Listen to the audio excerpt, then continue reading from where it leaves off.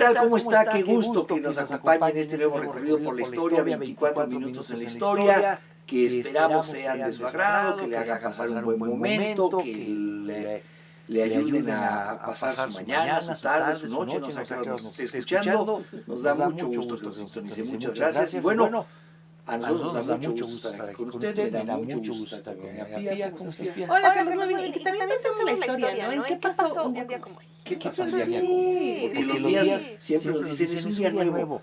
Sí, pero tiene el numerito pasado. Pau, ¿cómo estás? Buenos días. Muy bien. Buenos días, buenas tardes, buenas noches, no sé. Hola. Hola. Me gusta más el hola en español, ¿no? Que es así como... Ana, querida, ¿cómo estás? Muy bien, gracias. Qué bueno. Hoy es el día de la bebida más consumida en el mundo. Después. No. No. Bueno, Sí. Tienes toda la razón. Tienes toda la razón. Bebida industrializada. De la bebida que te tiene... De hecho, tengo dudas de eso, ¿eh? No, sí. A ver, Sí, búscalo, sí, pero sí. si usted cree que el café, que el té es la bebida, pues que nomás piense en la cantidad de té que se toma en Asia, ¿no? O sea, nomás los asiáticos, la India, o sea, la India que es el país más poblado del planeta. Súmele esto, todo Asia. Sí. Pues va a ver, no hay manera, ¿no? ¿Cómo no? Bueno, hoy es el Día Internacional del Té. No del té negro, ni del té, de las infusiones, ¿no? Sí. ¿Te gusta el té? Me gustan algunos tés. ¿Qué té te gusta? Los tés que son como fuertes, el chai, el Al de menta. Ah, qué Me rico. encanta. Ay, me encanta el té de menta en una tarde. Sí. Un té de menta me encanta. Me gusta el té negro y el té de menta. Y el de tila para dormir, y el de 12 flores. Ay, ¿Sí? qué rico. Me encanta estar Yo no puedo, ¿sabes qué? Con el té de manzanilla. ¿No puedes? Bueno, no es que me desagrade, pero pues es el que me daba mi mamá cuando me dolía la panza, entonces, yo creo que todos de chicos nos dieron té de manzanilla. Y lo asocias, ¿no? Pues Claro. yo últimamente me estoy haciendo un tecito para desinflamar. Es que para todos sirven ustedes. Ah, no, bueno. A ver, le pongo hojita de laurel, le pongo canela y le pongo jamaiquita o sí, delicioso. Aparte no nada más es el tomarlo, sino el olerlo. Ah, sí. No, esta infusión, esta vaporización que es Pero a ver, ahora que tú tocas el tema, yo siempre tengo la duda. ¿Un agua de Jamaica se considera un té? Porque la Jamaica la hierve, ¿no? La flor. Sí, es una O sea, en realidad el té como tal se supondría que solo es el té negro. Y el verde. Punto. Ah. Y el verde... No sé, los chichis toman té de jasmín. Pero en realidad los demás ya son como infusiones. De hecho, se llama, ¿cómo se llama? Tisanas. Tisana, que es como las que no son té negro. Ahora fíjate que un dato curioso, el té, un té negro llega a tener más contenido de cafeína que el propio café. Es grave por el té negro. ¿De veras? Sí, no deja la taquicardia, no deja... Lo que con un café no me ha pasado de tal fuera. Y ahora, bueno, hay un grave problema, por así decirlo, con esto de los microplásticos. Ajá. Pues parece que las bolsitas del té, También. porque además, claro, los microplásticos se generan a partir del calor y pues un té se hace a partir de agua caliente, hirviendo. Entonces, cuando tú sumerges tu bolsita de té que es ahí, estás tomando un té, pues resulta que te estás tomando quién sabe cuántas partes de microplásticos. Es mejor como la directa. Exactamente. Y también está corriendo riesgo, ¿no? Por el cambio climático. Porque sí necesita como ciertas condiciones el suelo para que pueda darse y sí está afectando. Que de hecho por eso es el Día Internacional del Té, para tomar conciencia, ¿no? De este suelo. Claro, porque para que haya un día internacional del té, para tomar conciencia de qué. Sí, no, más Que bien es tomemos la más té o menos té. Bueno, desde hace más de 5.000 años se toma por el cuidado ¿Sí? En China. Y si es del campo. La bebida más consumida. Sí, Bueno, agua. Que no hay manera de no consumir agua. Sí, claro, no. Nos moriríamos. También es el Día Mundial de la Diversidad Cultural para el Diálogo y el Desarrollo. Hace poco en otro programa, en unos días hablábamos de la importancia de entender que no todos piensan como nosotros, que, Exacto. y Álvaro lo decía muy claramente, no de tolerar al que no piensa como yo, porque tolerar es, a ver, sigue hablando, te oigo, no te pelo, sigue hablando, te tolero. No, sino esto me gusta más un tema como el diálogo, el desarrollo, entender que hay una diversidad, que lo entiendes desde otro ángulo, porque tu vida te ha llevado a verlo de otro ángulo, yo lo veo de un ángulo que mi historia me ha llevado a verlo de ahí, pero que uno no necesariamente debe prevalecer sobre otro, son dos formas de ver las Y entonces cosas. por eso hablar de la diversidad cultural en serio es muy importante, porque si nos tomáramos el tiempo de conocerlo, ¿no? Claro. De conocer su historia, su dónde lo está espacio, viendo. de dónde lo está viendo. Ahora sí podemos hablar de un diálogo y de una diversidad cultural, pero ese es nuestro Y en problema. momentos en los que nuestro país, yo no me canso de decirlo, nuestro país, como muchos otros países, pero pues este es el que nos interesa porque aquí vivimos, este es nuestro hogar, pluricultural, hoy más que nada siendo una sociedad profundamente dividida por temas en los que yo creo que todo el mundo tiene la razón, porque todo el mundo lo ve desde, esto es verdad, esto debería ser así.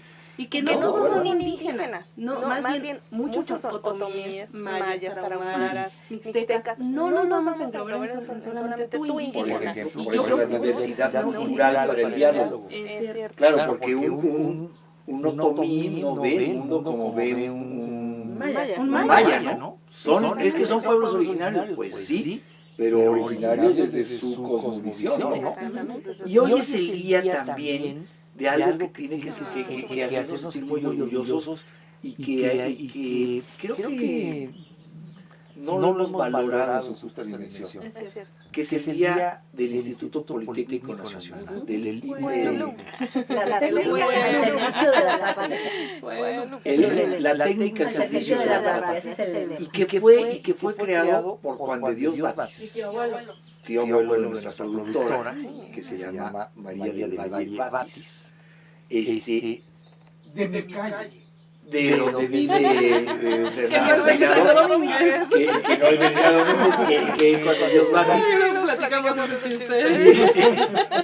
y que fue creado a la luz de la expropiación petrolera para generar técnicos Es cierto. que pudieran hacerse cargo de la industria petrolera, porque esta venía de manos de los ingleses, fundamentalmente de los estadounidenses también, pero fundamentalmente de los ingleses. Y claro, una cosa es decir, el petróleo es mío, todas sus plantas échenlas para acá. ¿Y qué hago? Y ahora cómo mucho andar esto, ¿no?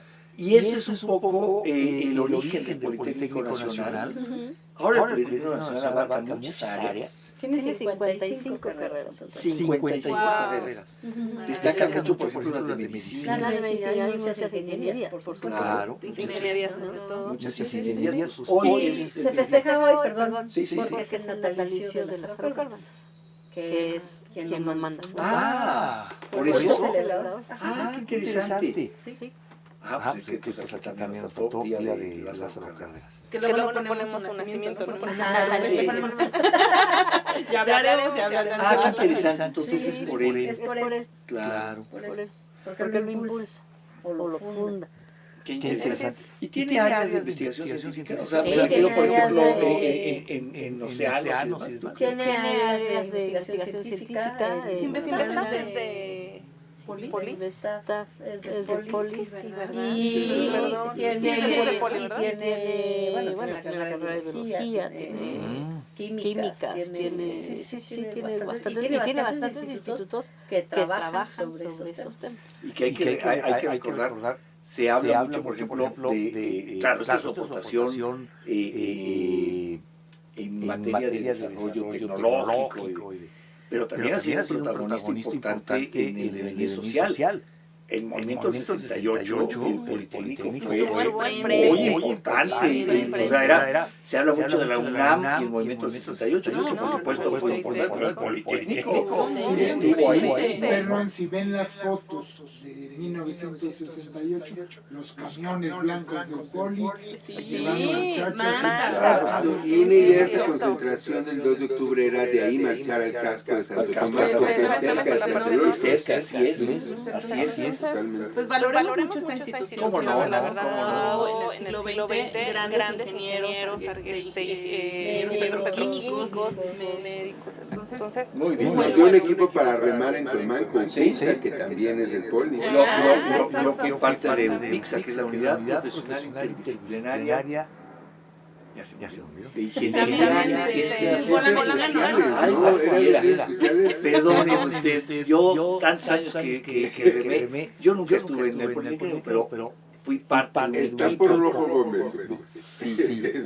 Bueno, Bueno, perdóneme. Vámonos a las efemérides de hoy, 1542. Ándale.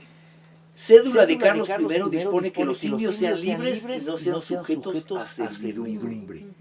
¿Qué quiere decir esto? A ver. Bueno, había un problema con los indios, ¿no? que se les llamaba en ese momento, de esclavitud, ¿no? Y que no se les trataba como debía. Entonces, ¿quiénes son los que mandan estas cartas a Carlos I?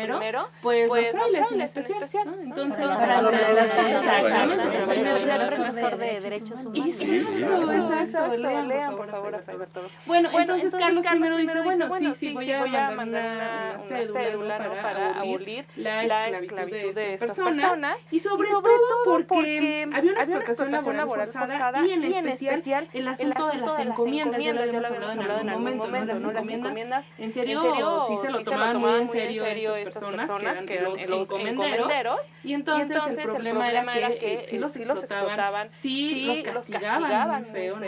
Hasta la muerte muchas veces, y pues no podía seguir esto porque no eran mano de obra. Es que una encomienda era justamente eso. Ahí te encomiendo, ¿no? Te encargo este territorio, este terreno, pero también a los que ahí están. Exacto. Y a los que ahí están, entonces empezaron, la encomienda inicialmente era, ahí te encargo Que su- les enseñes. Sí, exacto. Y aparte Su los evangelización y que los cuides, pero que los evangelices. Pero también eso se entendió como, pero también ellos eran la chamba, ¿no? era una esclavitud disfrazadísima, ¿no? Sí, Una sí. cosa Y terrible. de hecho tiene su antecedente, ¿no? Sí, En las leyes de Burgos de 1512, desde antes que llegara Cortés y demás, que querían considerar a los indígenas con los españoles y sí tratar de que no fueran maltratados, de que se les respetaran sus usos y costumbres. Después vienen las leyes de Indias. Y bueno, finalmente pues, la encomienda después se prohíbe, desaparece, pero pues sigue existiendo. Sí, la los esclavitud, 300 ¿no? años. Sí, Sí, digo, no a niveles como Estados Unidos o Brasil. Sí, que era pero esclavo, por que era Juana esclavo. Peña su esclava. Exacto. Bueno, Yara, bueno. esclava Yara, Fíjate. se llamaba. Y bueno, y luego eso en nuestra historia incluso mucho más adelantado evoluciona a la propia tienda de raya, ¿no? Que era una especie también. Podemos ir jalando ese hilito, hilito, ¿no? De los castigados de la servidumbre y de la esclavitud. Fíjate, en las servidumbres, sobre todo en la península Maya, es donde más tenía el derecho de pernada. Que eso suponía que el hacendado tenía el derecho de ser el primero en tener relaciones sexuales con la mujer que quisiera. Y tenía que ir a pedir permiso si se casaba, y él podía decir, pues si se casa, pero primero pasa la noche conmigo. El derecho de pernada era una barbaridad, ¿no? Y bueno, hablando de barbaridades, no sé si de barbaridades, son gente que sabe mucho, pero Agustín de Iturbide en 1822 jura como el primer emperador de México. ¿No? El primer imperio mexicano, el año que fuimos el imperio mexicano. Agustín I. 1822, bueno, pues su imperio dura un poquito más de un año.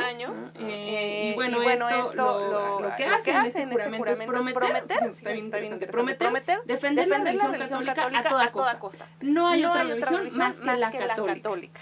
Luego, respetar la Constitución. Sí, porque la primera fase, 1824, ya la Constitución, ¿no? Por eso dijo, sí, la respeto. Nomás escríbanle, yo la respeto todo. Cuando la hagan, me avisen para respetarla, ¿no? Exacto. Leyes y decretos emitidos por el Congreso. Y bueno, ¿quién ante quién jura ser el primer emperador de esta nación, pues ante el Congreso de los Representantes. No enajenar ni desmembrar parte del imperio. Uy, eso se lo hubieran dicho a Santana. Pero bueno, este primer imperio pues dura hasta principios del 23 y cae por factores políticos, económicos sobre todo, y por una oposición republicana, que será en 1823 y luego 24, que toma la primera presidencia Guadalupe Victoria. Y ahora sí hay una. Ahora yo siempre lo he dicho, de repente suena como muy loco un emperador en México y luego algunos de su corte tenían. Pero eso sonaba más lógico en su momento que una democracia. Lo que se conocía de siglos como gobernar un pueblo era eso. Lo que era un experimento raro era la democracia. O la república. Claro, entonces, esto que hoy nos suena, ay, emperadores, ya andan con su corte, eso era lo común, ir por el camino seguro. Lo que era una apuesta muy arriesgada era a una república democrática. ¿Qué es eso? ¿Cómo que el pueblo va a votar? Porque esos son ese tipo de cosas que en la historia nos perdemos. Cuando, por ejemplo, Juárez fue diputado por Oaxaca. Y uno pero antes de ser gobernador fue diputado. Y uno dice, bueno, uno piensa un diputado como hoy lo concebimos. Salió la gente a votar, Juárez, tanto para Juárez diputado. No, en realidad el gobernador se reunía con los hacendados y decían, ¿a quién mandamos? Y algún gobernador decía, pues yo tengo un muchacho que se ve medio despabiladón. Pues a ese. Esa era la elección. La elección era muy estudiosito, maestro de la facultad. Siempre fue muy avanzado. A lo que me refiero a la democracia era juntarse los hacendados con el gobernador y ahí decidir entre un grupito, no era la democracia participativa como hoy la conocemos. Tardó mucho, y ha costado y sigue costando. Y yo te diría, en el año 2000 recién tuvimos un instituto electoral más o menos y luego trastabilla, o sea, seguimos sin consolidar eso de una manera realmente eficiente, pero por eso cuando se habla de este tipo de momentos hay que situarlo, sí. Bueno, ¿cuánto nos quedan? 2 minutos. ¿De qué les platico en 2 minutos? Vamos a hablar de algo de lo que hemos hablado mucho, pero en 2 minutos nos da. 1919 finalmente en Estados Unidos se autoriza el sufragio femenino. Para mujeres blancas. No me vengan. No. La igualdad. Ahora, y yo aquí me pregunto, ¿mujeres blancas incluye latinas o solo anglosajonas? ¿Cómo puede ser? ¿De verdad? Y negras. No, nada. ¿No? O sea, 1919 recién las mujeres pueden votar, algunas mujeres en Estados Unidos pueden votar. Pues algo parecido como en Inglaterra, ¿no? Quienes podían votar aquellas que estaban casadas o que tenían un buen inmueble, si no era cualquiera. Sí, no. Empieza a ser condicionado. Y fíjate cómo han cambiado las cosas. Tenemos una ley de equidad de género que obliga a que la Cámara de Diputados, como la Cámara de Senadores tenga una misma proporción de mujeres que de hombres en la representación de los estados, en el caso del Senado. Y ahorita en el Poder Judicial. Y ahorita en el Poder Judicial. Sí. Tiene que haber más mujeres afuera. No, tiene que haber la misma proporción. El problema es que tenemos un problema. Hay más candidatos hombres que mujeres. Sí, pero con ese número no. Exacto. Querían una mujer más. Quieren una mujer más porque, bueno, para la Suprema Corte. Sí, o sea, en la elección general va a haber el mismo número, pero hay un problema, que hay más candidatos hombres que mujeres. Ahora, para la Suprema Corte quieren que sea una mujer, que está muy dirigido a una candidata por ahí, pero eso es otra historia. Vamos a hacer una pausa y le seguimos platicando de lo que pasó un día como hoy en la historia. O sea, los muchachos están dormiditos.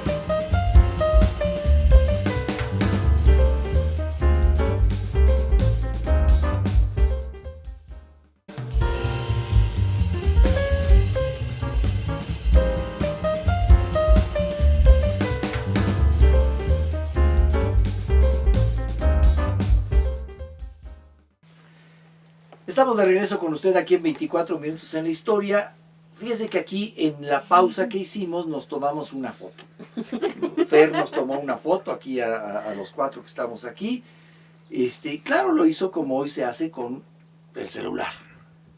Pero hay algo que vale la pena que platiquemos, porque fíjate que un día como hoy, pero de 1831 en Francia, Daguerre comunica a su socio, Naipse, el casual descubrimiento de la impresionabilidad del yorudo de plata por la luz. Esto fue la base de la fotografía, lo que más adelante conoceríamos como daguerrotipos. Daguerrotipos, exactamente. Y para variar, en la ciencia es un eurekazo, ¿no? Que le llamábamos. ¿no? Ajá, que ya lo hemos hablado en otras ocasiones.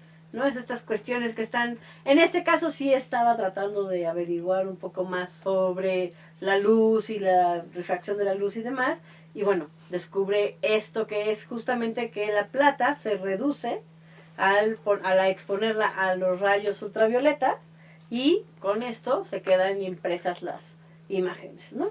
Y eso es algo que se siguió utilizando hasta hace muy poco. Muy poco. La fotografía análoga, pues la que comprábamos los rollos de Kodak y de Fuji y todos estos, eran sobre una base de yorudo de plata. Ajá, y podías escoger incluso el gramaje, bueno, el grano que tenía la película. Que es el ISO, que es la sensibilidad, ¿no? De la película. Hoy eso yo sé que es esotérico para todos los chavos que nos Y pueden no estar lo entienden, escuchando. por más que uno les explica el procedimiento, no entienden cómo la imagen se puede quedar impregnada. Está complicado también, porque no es un lenguaje, no lo pueden observar. No hay experimentación de eso. Se está volviendo a poner de moda el... Sí, pero finalmente son poquitos, ¿no? Los que usan estos. Ahora, lo realmente increíble es, aquí alguna vez lo comentamos, cuando yo era chico, a ver, las fotos que yo tengo de chico eran en cumpleaños, en primeras comuniones, en bodas, porque en una ocasión especial alguien sacaba la cámara y tomaba fotos. Sí. Hoy Fer se paró y nos tomó una de 10 que ha tomado el día de hoy que hemos estado haciendo este programa para usted, porque están en el celular, pero antes era un Bueno, tema, también ¿no? te tomaban fotos cuando habían ido a algún lado y sobraban 3, 4, sí. ¿no? Y entonces era así de, a ver, bueno, pónganse, ¿no? Para gastarse esas 3, Así 4. faltan 3, ¿no? Y esas eran las más memorables, porque son fotos de tu día a día, Exacto. ¿no? Sí. Y eso, hoy tenemos miles de esas, pero antes nadie tomaba una foto tuya en tu casa un día cualquiera. No, Sí. no. ¿Y Nada cómo te más daba que- de coraje cuando pones el dedo, no? No, cuando lo mandas a revelar y ninguna era lo que esperabas, ¿no? O que salías con los ojos brillando. Brillando, ¿no? la te luz regañaban, así, y te pica. regañaban. Te ¿Por qué regañaban. saliste así? ¿Por qué te salen los ojos rojos? Pues no sé, ¿no? ¿Qué te voy a decir? Flamante. Vámonos a 1920, porque en 1920 pasa algo que vale la pena que comentemos. En 1920, un día como hoy, pues asesinan a Venustiano Carranza, uno de los líderes de la revolución. Dormidito, 4:30 de la mañana, Ay, ¿no? qué gandallas. Rodolfo Herrera. Rodolfo Herrera. Pero aquí lo que a mí me gusta de este episodio es todo lo que hay antes de, ¿no? O sea, él, Álvaro Obregón, jura y perjura que Carranza lo va a nombrar su sucesor, Sí. y no, decide nombrar a su amigo, el ingeniero Ignacio Bonillas, que además era hipocondriaco, y esto Obregón... ¿Hipocondriaco? Sí, era Se la hipocondriaco. pasaba. Sí, que estaba enfermo, tomando medicina, sí. No, no me digas. Y bueno, de hecho hasta Obregón se burla de esta situación, le duele en lo más Claro, por eso se profundo. Sí. Y entonces, bueno, existe el famosísimo Plan de Agua Prieta que se hace en Sonora. Y ahí en Sonora está, bueno, Obregón, Calles y Adolfo de la Huerta. Y llevan a cabo todo este plan para desconocer el gobierno de Carranza. Para esto, Carranza pues decide que se tiene que ir al puerto de Veracruz. A todo su equipo de trabajo le dice, pues se vienen con todo y familias. Ah, caray. Sí, Sí, suben al sí, tren, y ya, ¿no? Arranca el tren y de repente más adelante estallan las vías, se tienen que parar a arreglar las vías, después logran otra vez y así son varios días. Mes de mayo, un calor terrorífico. Llega un punto en que deciden que las mujeres, los niños, se bajan y se regresan a la Ciudad de México como pueden. Le dicen a Carranza, que ya no trate de llegar al puerto. Es cierto. Él insiste, se va con su gente más cercana y en Tlaxcalaltongo empieza a llover, no hay manera, le dicen en un pueblito, bueno, Sí, quédate aquí. eran en nuestras chozas, ¿no? chozas, en nuestras chozas. Y le dicen, por favor, quédese aquí. Y pues dormido, pues está bien tranquilo, Sí. ¿no? Y sí, a las 4:30, 4:30 de la 5, madrugada, sí. pues cuál llega Rodolfo Herrera, que es el que le dice, yo tengo unas cabañitas donde usted y su gente más cercana puede pasar la noche y bueno, pues cae en la trampa y ahí los mata. Y Bueno. muere siendo Exactamente. presidente. Dice. Y bueno, otro tipo de otra efeméride, ¿se acuerdan que hace unos días hablábamos del inicio de esto? Lindbergh salía en su viaje para cruzar el océano. Bueno, pues un día como hoy, o sea, se llevó, ¿qué? 3 días. Se llevó 33 horas de vuelo sin escala. O sea, un día y medio. Ajá. Un día como hoy, Sin dormir. no, cállate, sin dormir y sin... Oh, manches. Bueno, llega, Dormito. no, imagínate, o sea, sin dormir. Sin dormir. ¿Cómo aterrizas un avión sin dormir? O sea, todo... Bueno, pues Y además lo Qué estaban locura. recibiendo 15,000 personas en el Ay, aeropuerto de guau. París. No vaya- O sea, tenía que Guau. aterrizar No, bien no, sin no. atropellar a nadie. Claro. Bueno, pues llega, sí, exactamente, llega a París en su famoso avión Espíritu de San Luis, recorre 5,860 kilómetros y sí, tienes razón, se echa 33 horas y 27 minutos. Bueno, y hablando de aviones, hay algo que a mí me parece que es una parte de nuestra historia, por lo menos que yo tengo como muy por encimita. Ah, yo pensé que muy presente. No, fíjate que no, pero tú que sí, nos la vas platicando a todos. Sí. En 1942 México se une al Escuadrón 201 de la Segunda Con Guerra el Mundial. escuadrón, ¿no? A ver, se une a la Segunda Guerra Mundial Ujú, con el ujú. Escuadrón 201, Exacto. ¿no? Sí. Se va al Pacífico y Ujú. ahí tienen acciones militares de guerra. A mí me parece que se ha hablado poco de esto, o yo he escuchado poco. No, yo creo que sí se ha hablado poco se y habla creo que a lo mejor se ha hablado un poco más aquí en la Ciudad de México, ¿no? Yo creo que por esta pues, cercanía, ¿no? Con el gobierno, por ejemplo, en este caso de Manuel Ávila Camacho, ¿no? Pero yo creo que sí se ha hablado poco de la participación de México y bueno, pues esto ¿por qué pasa? Se habla de de un ataque, ¿no? Por parte del submarino, ¿no? Y entonces como de un submarino nazi. La hunden 2 buques Pero mexicanos, ya mexicanos, con ¿no? la faja de oro. Romero del Llano y la faja de agua. Sí, que Ujú. son los buques mexicanos, ¿no? Sí. Que todo esto fue así como muy armado, Sí, que es creo muy yo, para planeado, meter a ¿no? México en la guerra, Sí, ¿no? sí, porque había estado neutral, Ujú, ¿no? ujú. Había tenido una participación neutral. Entonces yo creo que se termina llevando, ¿no? Como esta idea de, a ver, o decides con quién, ¿no? O pues, Sí. hay un ataque. Es que México ¿no? denunció, pero los países del eje no contestaron y entonces Exactamente, fue... sobre todo Japón, ¿no? Por ejemplo, no contestó. Pues, porque ajá. Hitler ni siquiera le pasaron la nota, como se dice, Sí, le hubiera A interesado. ver, yo- y no le hubiera interesado. ¿Quién Entonces, sabe? Porque... Bueno, Le habíamos gustaba hablado México, también de ¿verdad? eso, y es que ¿verdad? era Le muy tenía atractivo. ojito. Le hubiera Mandó gustado. barcos Hitler para convencer al país Claro. de que entrara. Y bueno. Es no- que todos tanto los aliados como las potencias del eje coincidían en algo. Ah, qué cómoda posición de Estados Unidos. Sí. Es el único que no tiene guerra en su territorio. Ujú. Sí, Sí, manda tropas y alejadísimo. Pero toda su aparte al final, industria. ¿no? No fue Destrucción. desde un principio. Y Estados además, Unidos y fue además- sí, ya... además entró al final, entonces decían que cómodo. Así, pues sí, reconviertes tu industria y le vendes Y armas todo a lo todos, que pero a ti no conllevaba. te pasa Ya nada no en te tu pasa. territorio. Y claro, era muy, muy sexy para los nazis Sí. decir, abramos un frente en la frontera con México, o sea, de Ujú. ahí bombardeemos, de ahí era estratégicamente atractivo. era muy atractivo. Y Exactamente. claro, al final esto no sucedió. Y fíjate cómo es la vida con el Escuadrón 201.